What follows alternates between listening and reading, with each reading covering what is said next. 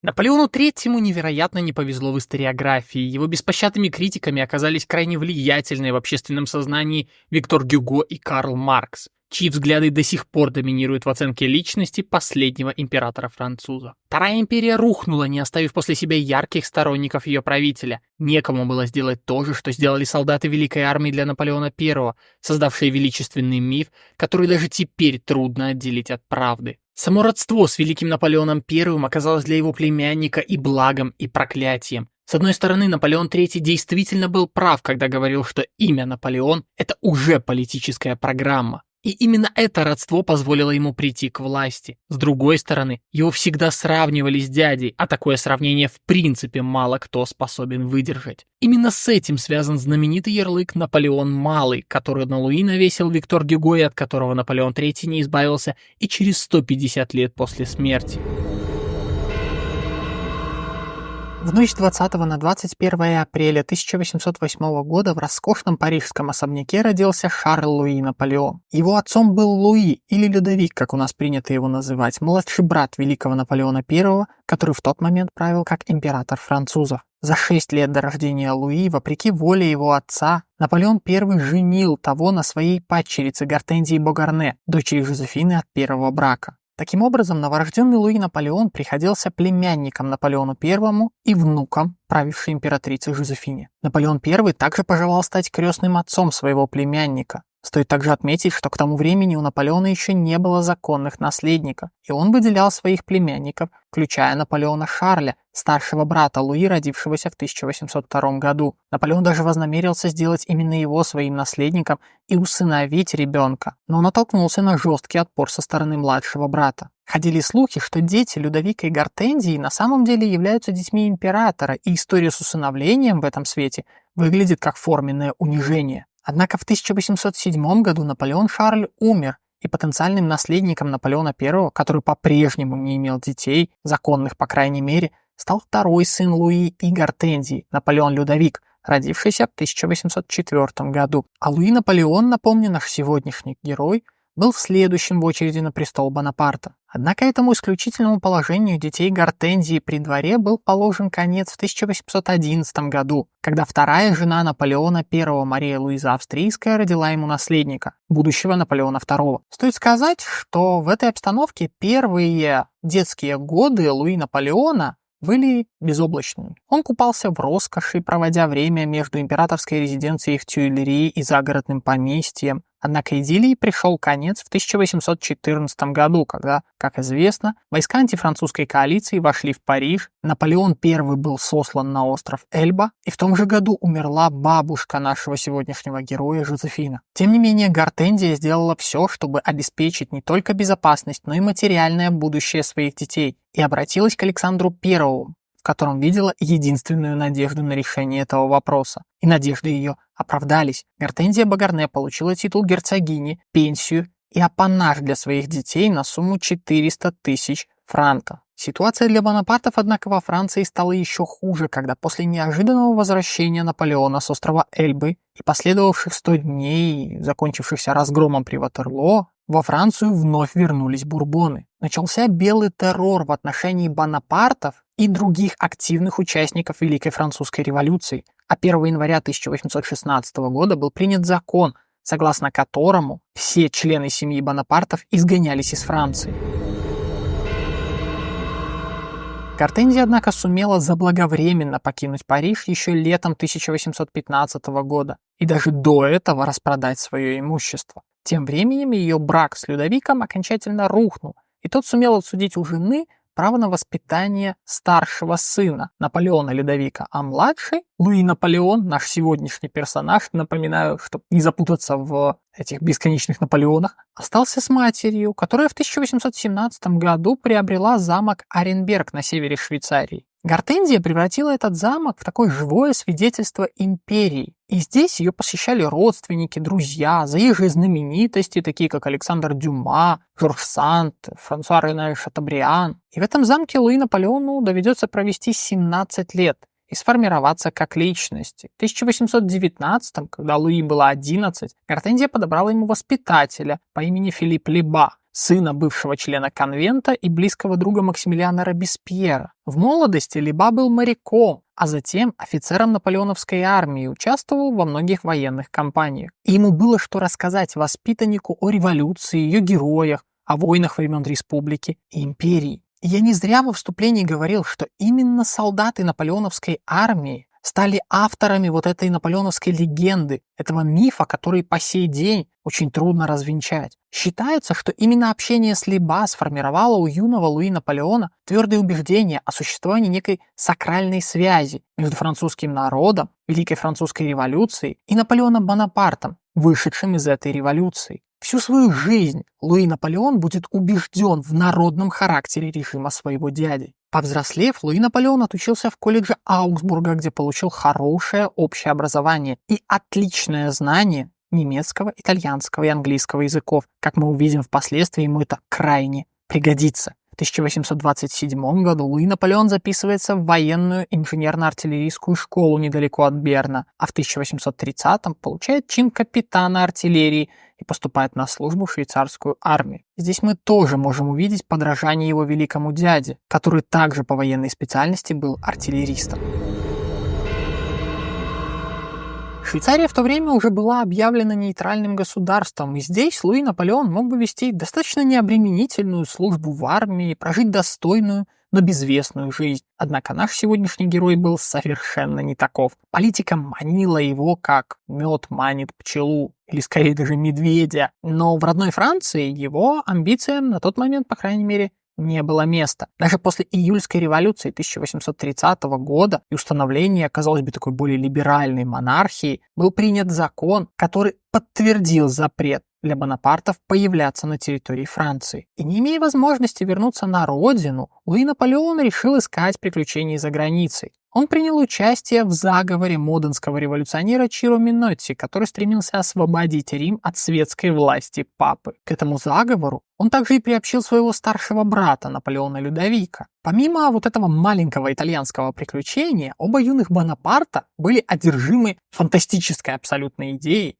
выкрасть своего кузена, сына Наполеона I из Вены, и провозгласить его королем Италии. Планировалось, что до достижения Наполеоном II совершеннолетия регенство будет осуществлять именно Луи. Однако планы, если это, конечно, вообще можно назвать планами в принципе, потому что это скорее мечта и крайняя авантюра, которую было невозможно осуществить, им, конечно, не суждено было сбыться. Поход на Рим потерпел фиаско, Минотти расстреляли, вскоре умер и Наполеон Людовик, а через год умер и Наполеон II. Все это привело к тому, что лидером клана Бонапартов стал наш сегодняшний герой, который отныне, в принципе, в границах своей спальни мог именовать себя императором француза. Однако это, конечно, его не устраивало, и он начинает формировать свои политические идеи, которые он изложил в брошюре под названием «Политические мечтания» 1832 года, а затем, 7 лет спустя, в сочинении «Наполеоновская идея». В этих работах Луи Наполеон доказывал, что лучшая форма государственного устройства – это народная монархия, основанная на республиканских принципах, включающих не только разделение властей, но и всеобщее избирательное право. То есть по задумке Наполеона, по крайней мере декларируемой в то время, народ правомочен избирать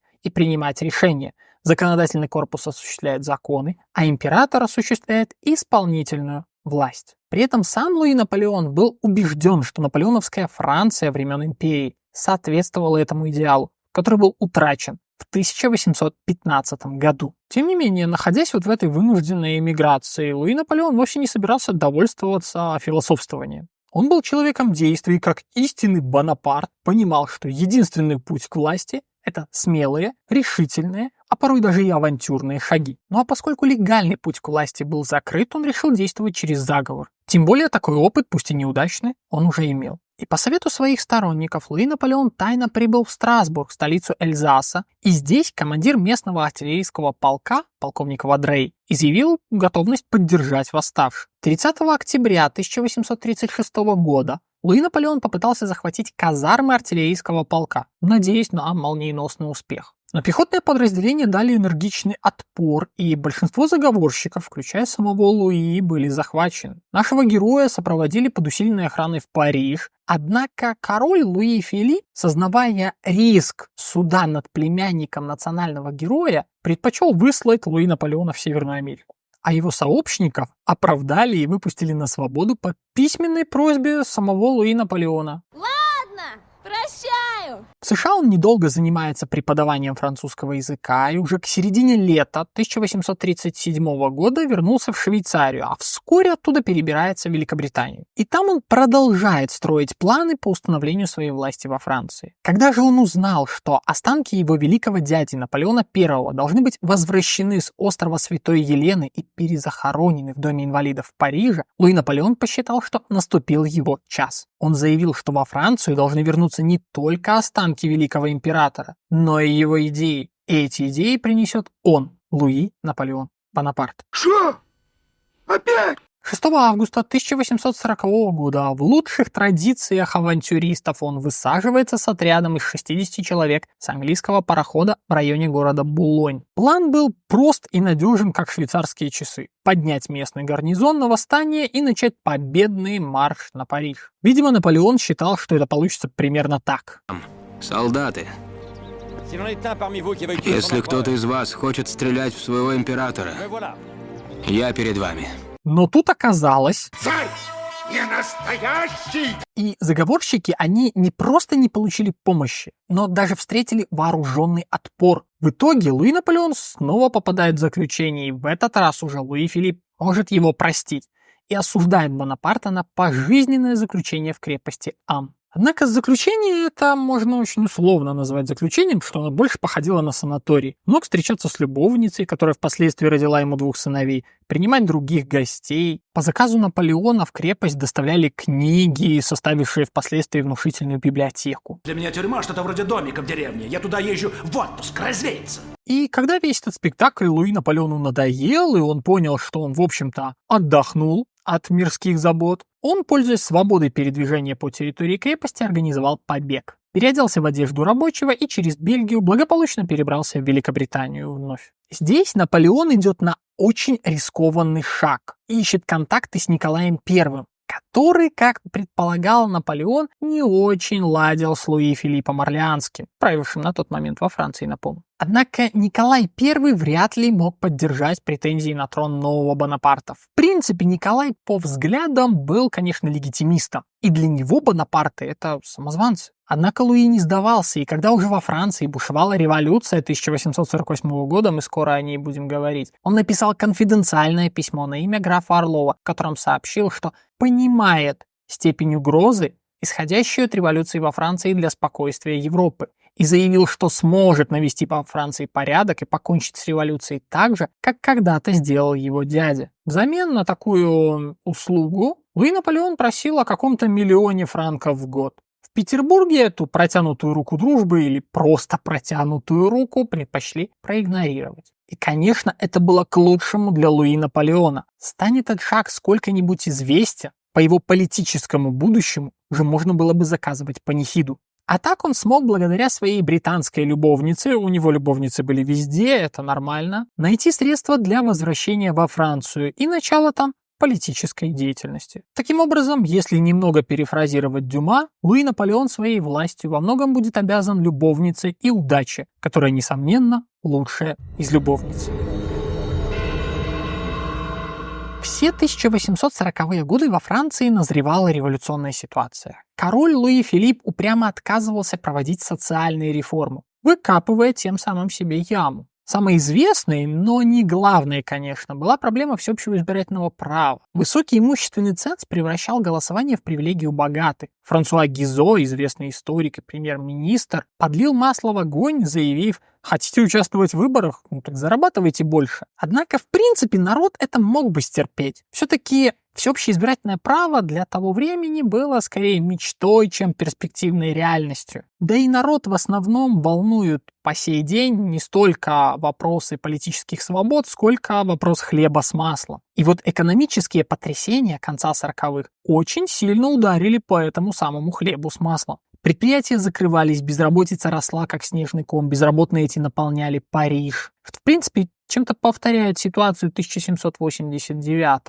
года. И когда в феврале 1948 года по Парижу покатились волны беспорядков, Луи Филипп с самоуверенной усмешкой заявил: «Парижане не делают зимой революции». Но он жестоко ошибся. Парижане не только сделали революцию, они свергли его с трона, заставив бежать в Великобританию. Эта революция освободила из тюрем политических заключенных и вновь открыла бонапартистам возможность для легальной политической деятельности. Вскоре на основе всеобщего избирательного права было сформировано учредительное собрание, и Луи Наполеон избрался в него сразу от 4 округов, что для того времени было скорее обыденностью для популярных людей, чем чем-то исключительным. Учредительное собрание сформировало конституцию, которая предусматривала избрание президента республики, наделенного исполнительной властью. И эта возможность Луи Наполеона очень заинтересовала. Основным конкурентом его на выборах был генерал Луи Жен Кавиньяк, человек, чья репутация была запятнана кровавыми событиями июня 1848 года. Генерал Кавиньяк жестоко подавил восстание рабочих, которые протестовали против социальной политики республиканского правительства. И Луи Наполеон воспользовался ситуацией очень умело. Он обещал все: покровительство религии, при этом гарантии свободы вероисповедания и светского образования. Говорил о защите семьи и собственности и выставлял себя родителем за интересы рабочего класса. Заверял, что гарантирует порядок и свободы, а по истечении мандата обязательно передаст власть вновь избранному преемнику. Руку на сердце положу, пусть я сдохну, если лгу.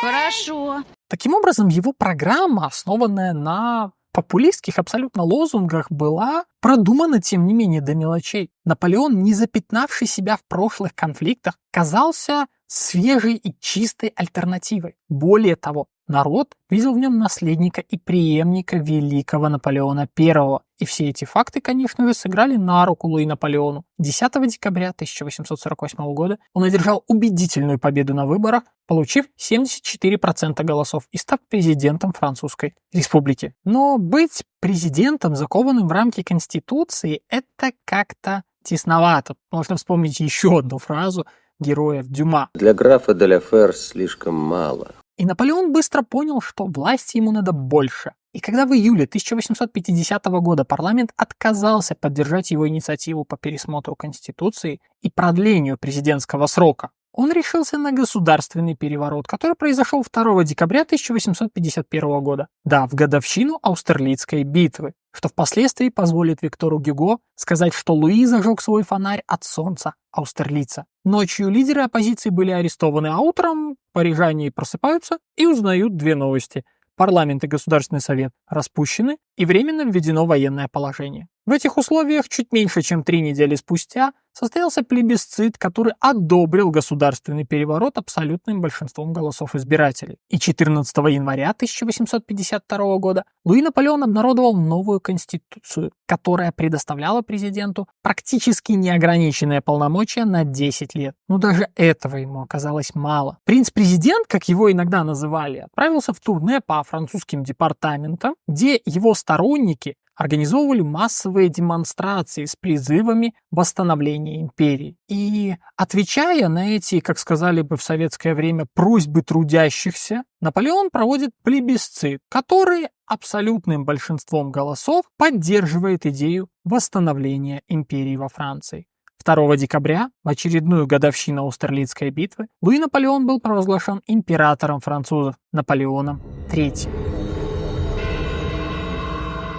Гельмут фон Мольтке, знаменитый военный теоретик и будущий шеф Большого генерального штаба, о котором, кстати, на Бусти вышло видео с его биографией, очень интересно, посмотрите по ссылке в описании, он предсказывал Наполеону III быстрый конец его политической карьеры, называя авантюристом, который скоро поймет, что быть императором гораздо сложнее, чем стать им. И в таком прогнозе он не был одинок. Одной из главных задач для нового императора стало признание его власти другими европейскими монархиями. Он считал, что этому поможет заключение династического брака с какой-нибудь известной европейской династией. Но европейские монархи не спешили отдавать дочерей за нового Бонапарта, очередного корсиканского выскочку. И неважно, что этот Бонапарт ни дня на Корсике не провел. В результате Наполеон остановил свой выбор на 26-летней испанской аристократке Евгении Монтихо, которой он увлекся на самом деле еще 4 годами ранее. Брак, однако, не изменил привычек Луи Наполеона, он по-прежнему имел толпу любовниц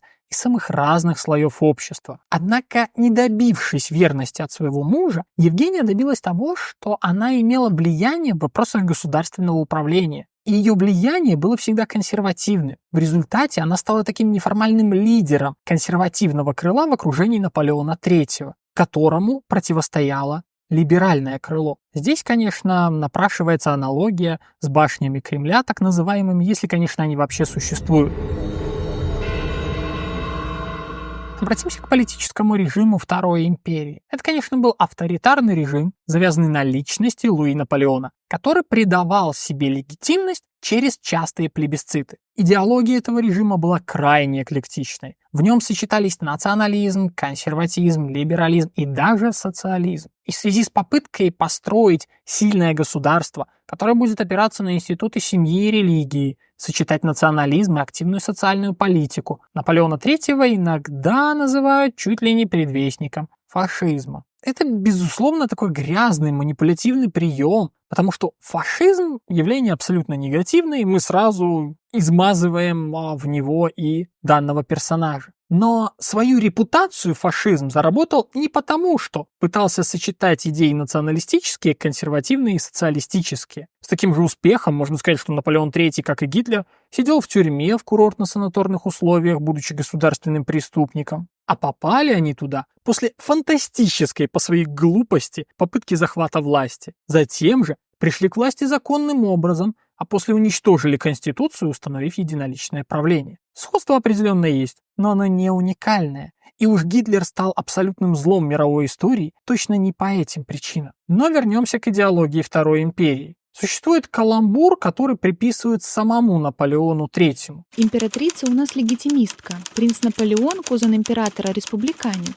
Марни – орлеонист, сам я – социалист. Одного лишь Персини можно назвать бонапартистом, но ведь он сумасшедший. В целом же, подытоживая вот этот пассаж, надо сказать, что Луи Наполеон, он играл в такие политические шахматы, стремясь балансировать между интересами различных классов и групп. И долгое время ему это действительно удавалось. Авторитарный характер режима Наполеона III привел к тому, что, как и всегда, в общем-то, оппозиция, лишенная возможности действовать легально, ушла в подполье и прибегала к популярным в то время террористическим методам. Наполеон III, как и его великий дядя, становился неоднократной мишенью для бомбистов, и 3 покушения были направлены против него, крупных покушения. Одно из них по своему сценарию практически полностью повторяло покушение на Наполеона I, совершенное на улице Сен-Никес 24 декабря 1800 года. 14 января 1858 император Наполеон III направляется в оперу. В его карету были брошены 3 бомбы. Император и императрица чудом остаются невредимыми. 8 случайных прохожих погибают, 106 человек ранены. Реакцией стало принятие закона об общественной безопасности, который дал полиции большие полномочия для преследования подозрительных лиц. Это чем-то отдаленно напоминает закон о подозрительных времен якобинской диктатуры, правда, в эпоху Наполеона III, конечно, головы за это не рубили. Тем не менее, к концу 1850-х наблюдается некоторая либерализация режима. В 1859 году Наполеон объявил всеобщую амнистию, и в тюрьмах и в изгнании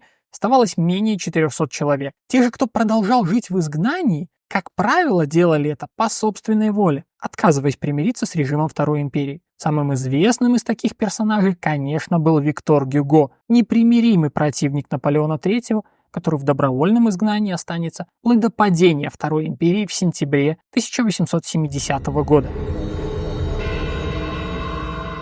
Как мы видели, Наполеон III называл себя социалистом, и над этим тезисом довольно часто подшучивают. Но на практике он оказался первым европейским правителем, который проводил действительно активную социальную политику. Он также заботился об интересах государственных служащих, ведя для них пенсионные выплаты. Хотя здесь, справедливости ради, отметим, что такой шаг был направлен скорее на укрепление поддержки собственного режима среди чиновников, который традиционно является опорой авторитарной власти. Что же касается его социальных мер, то они были достаточно обширны. В 1854 году создана система кантональной медицины, которая предоставляла медицинскую помощь крестьянам. И хотя ею охвачены были всего 300 тысяч человек, это все равно на 300 тысяч больше, чем до этого в конце концов. В 1860-х годах были построены 172 приюта и лечебницы для инвалидов. В декабре 1851 года был введен закон, запрещающий трудовую деятельность в выходные и праздничные дни. Примечательно, что этот закон отменят в 1880 году республиканские власти, объявив его клерикальным. В 1853 было создано Общество материнского милосердия для помощи одиноким малоимущим матерям. 3 года спустя в Париже был открыт приют для детей-сирот. Также были учреждены примирительные советы для урегулирования производственных конфликтов. Рабочие получили право на забастовку, которая была ограничена лишь 2 условиями: избегание насилия и уважение права на труд тех, кто не желал бастовать. Что, конечно, открывало путь для штрейхбрейкеров, так называемых, но это все равно шаг вперед. В 1864 рабочим была официально предоставлена возможность на создание профсоюза. В 1968 принят закон о равенстве свидетельских показаний работодателей и работников. И если для нашего времени вот эти меры выглядят, чем-то таким мелким, и получается, как будто бы французы обменяли очень небольшие такие социальные плюшки на ликвидацию политических свобод, для того времени это были едва ли не революционные изменения. Стоит сказать, что эта социальная политика вызывала недовольство у левых, которые видели в ней попытку отвлечь пролетариат от классовой борьбы. И таким образом эта социальная политика уводила рабочее движение от политических вопросов. Стоит также отметить, что в целом Франция во времена Луи Наполеона довольно хорошо развивалась, по крайней мере до последнего десятилетия режима Второй империи. И это благотворно сказывалось на уровне жизни людей. И даже столь непримиримый критик Наполеона III, как Карл Маркс, не мог не признать, что буржуазное общество при нем достигло такой высокой степени развития, о которой раньше не могло и мечтать. Поистине революционны были изменения в образовании. И при этом в окружении Наполеона при обсуждении вопросов образования реально ломались копья. Консерваторы считали, что для широких народных масс, занятых примитивным трудом, не нужно образование. Оно должно оставаться привилегией для избранных. Противоположность этому либеральное крыло, как, например, Виктор Дюруи, который стал министром образования в 1859 году, продвигали идею всеобщего образования. Дюруи считал, что грамотный избиратель необходим для функционирования системы всеобщего избирательного права и настаивал на том, чтобы образование стало одной из приоритетных статей расходов государственного бюджета. При Дюруи каждая коммуна была обязана построить школу, и началось активное развитие техникумов для взрослых. В школьные программы были включены новые предметы, которые отражали современные реалии, а не только основывались на античных и средневековых философах, что было свойственно для классического образования.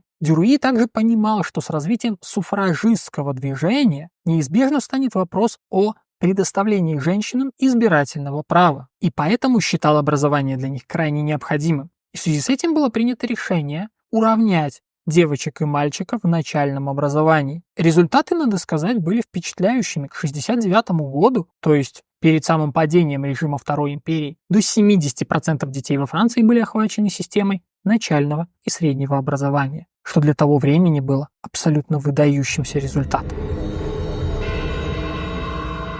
Еще одной заслугой Наполеона III во многом является Париж, который мы сегодня знаем. Еще в первой половине XVIII века обсуждались проблемы с городской инфраструктурой Парижа. И с началом промышленного переворота, стремительным ростом населения в XIX веке, Париж оказался не способен справиться с таким наплывом жителей. Предыдущие попытки преобразования города не дали существенных результатов. А Наполеон III, имевший опыт жизни в Лондоне, где город был гораздо лучше приспособлен для людей, Он понимал, что Париж надо серьезно менять. К тому же он считал, что благоустройство столицы поможет предотвратить революционные беспорядки, сделав город менее удобным для уличных баррикад. И в 1853 году префектом департамента Сена был назначен барон Осман, который в детстве сумел сбежать из гарема султана. Шутка. Это была бы, конечно, очень красивая история, но на самом деле он происходил из немецкой протестантской семьи и к турецким османам не имеет никакого отношения. Барон Осман получил очень широкие полномочия для кардинального переустройства Парижа. Под его руководством большая часть старого города была разрушена, узкие запутанные улочки заменены широкими бульварами. Появились современные системы водоснабжения и канализации, а булонские и винсентские леса стали так называемыми легкими Парижа. Венцом стало начало строительства Гранд-Оперы, грандиозного здания, которое и по сей день является символом Второй империи. Наполеон III, боготворивший своего великого дядю, постарался избежать ошибок бурбонов, которые, по выражению Толерана, вернувшись в 1815 году, ничего не забыли, ничему не научились. Император считал, что Наполеона I подвел конфликт с Великобританией, что не лишено оснований. Действительно, как минимум две катастрофические авантюры Наполеона I, это испанская кампания и русская, во многом обусловлены конфликтом именно с Великобританией. И поэтому Наполеон III стремился с Туманным Альбионом сотрудничать. Это сотрудничество проявилось уже в Крымской войне, где Наполеон III совместно с Великобританией и Османской империей выступили против России. Как мы знаем, война эта закончилась для этой коалиции победой, и победа эта укрепила позиции Франции в Европе и позиции самого Наполеона III во Франции, конечно же. Великобритания, однако, союзник, конечно, ненадежный. И, по выражению лорда Пальмерстона, не имела постоянных союзников, а лишь постоянные интересы. Поэтому уже после окончания войны, даже на Парижском конгрессе, Наполеон старался выдержать такую сбалансированную позицию в отношении России. Франция, в частности, заручилась поддержкой нового российского императора Александра II в своих территориальных претензиях на Ниццу и Савойю. И в 1859 году Наполеон III вступил в войну против Австрии на стороне Пьемонта, своего союзника, который стремился объединить Италию. Французские войска быстро одержали победу в двух сражениях. Это привело к такому же быстрому заключению мира и последующим территориальным изменениям. Франция получила от Пьемонта Ниццу и Савойю, а Пьемонт в качестве компенсации австрийские владения в Северной Италии. Успехами первоначально сопровождалась и внешняя политика Наполеона в колониях. Франция расширила свое присутствие в Китае, где участвовала в подавлении Тайпинского восстания совместно с Великобританией. В Индокитае Франция установила протекторат над Камбоджей и началось завоевание Вьетнама. В Северной Африке продолжалось интенсивное освоение Алжира. Значимым результатом того времени стало начало строительства Суэцкого канала, который с преобладающим французским участием открыл важнейший торговый путь через Средиземноморье в Индию. Проект этот укрепил французское влияние в регионе, хотя в дальнейшем британцы вытеснят их из Египта. Но это будет уже позже. Была захвачена также Новая Каледония, куда впоследствии будут ссылать каторжников. И вот тут я вспомнил, что недавно для Бусти я делал видео о политических методах Бисмарка, где говорил о главном недостатке успешных деятелей и почему Бисмарк избежал этого недостатка. Посмотрите, там есть много интересного материала. Так вот, Наполеон III — это классический пример успешного деятеля, который взорвался. Размах его колониальной экспансии приобрел столь гигантские уже масштабы, что он начал утрачивать чувство реальности. И в 1863 году в условиях гражданской войны в США и игнорируя доктрину Монро, скажем так, он инициирует военную экспедицию в Мексику, пытаясь навязать ей в качестве императора своего ставленника, австрийского эрцгерцога Максимилиана. В конечном счете этот вояж заканчивается фиаско. Гибнут 6 тысяч солдат и офицеров, Максимилиан Габсбург расстрелян, огромные экономические убытки и нанесен большой удар по международному престижу страны, которая до этого времени вела внешнюю политику крайне успешно.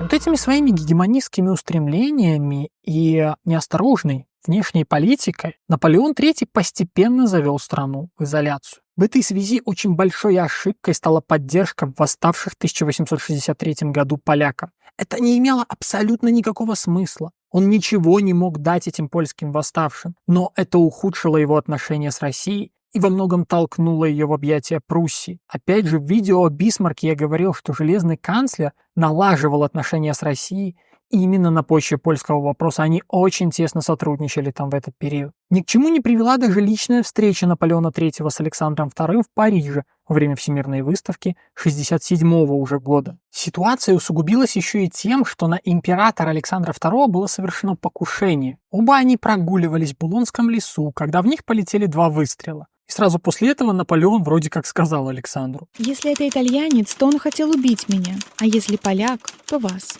Ну а если француз, он просто не умел стрелять. На месте был схвачен террорист, поляк Березовский, который избежал высшей меры наказания, чем в России остались очень недовольны. Более того, защита смогла превратить процесс над Березовским в настоящую трибуну для обличения русского самодержавия. В итоге он был отправлен на каторгу, а впоследствии выслан в Новую Каледонию и там же амнистирован в 1906 году. У самого же Наполеона в конце 60-х ухудшается состояние здоровья стремительно. Его беспокоит мочекаменная болезнь, и он принимает большое количество болеутоляющих. Предполагаю даже, что на этом фоне у него сильно страдали когнитивные функции. Тут можно передать привет из современности, конечно.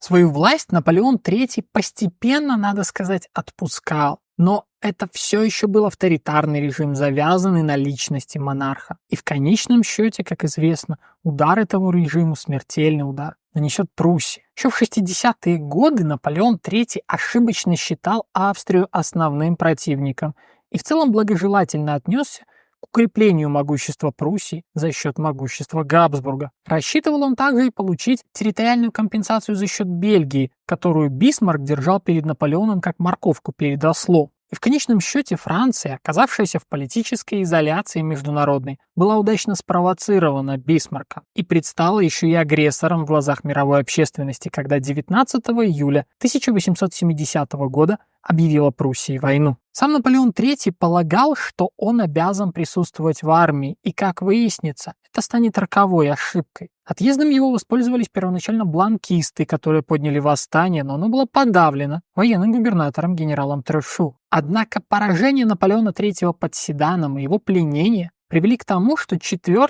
сентября в Париже было сформировано правительство национальной обороны, а генерал Трёшу переметнулся на сторону республиканцев. Наполеон III таким образом оказался свергнут. В результате Евгения, которая была вместо Наполеона III регентом, вместе с сыном покинула Париж и отправилась в Великобританию. Находясь в немецком плену, свергнутый император узнает и о подписании мирного договора, положившего конец войне и лишившего Францию Эльзаса и Лотарингии, ставшую в итоге яблоком раздора между Германией и Францией и отчасти породившую катастрофы XX века. Естественно, вину за это поражение возложили на самого Наполеона III, что в значительной степени, безусловно, справедливо. Прусские власти посчитали, что свергнутого уже императора после подписания мира держать в плену не имеет смысла, и не позволили ему воссоединиться с женой и сыном в Англии, где он и прожил вплоть до своей смерти 8 сентября 1873 года. Здесь полагается подвести итог повествования, но поскольку не всем зрителям это интересно, я приглашаю вас перейти по ссылке в Telegram, где мы и обсудим историческую роль Наполеона III, его оценки в историографии, как они менялись с течением времени. И в целом рассмотрим вопросы, которые здесь в видео, возможно, получили недостаточное освещение. Также я приглашаю вас подписаться на Boosty, где есть много дополнительного интересного контента, который тоже можно обсудить, это будет крайне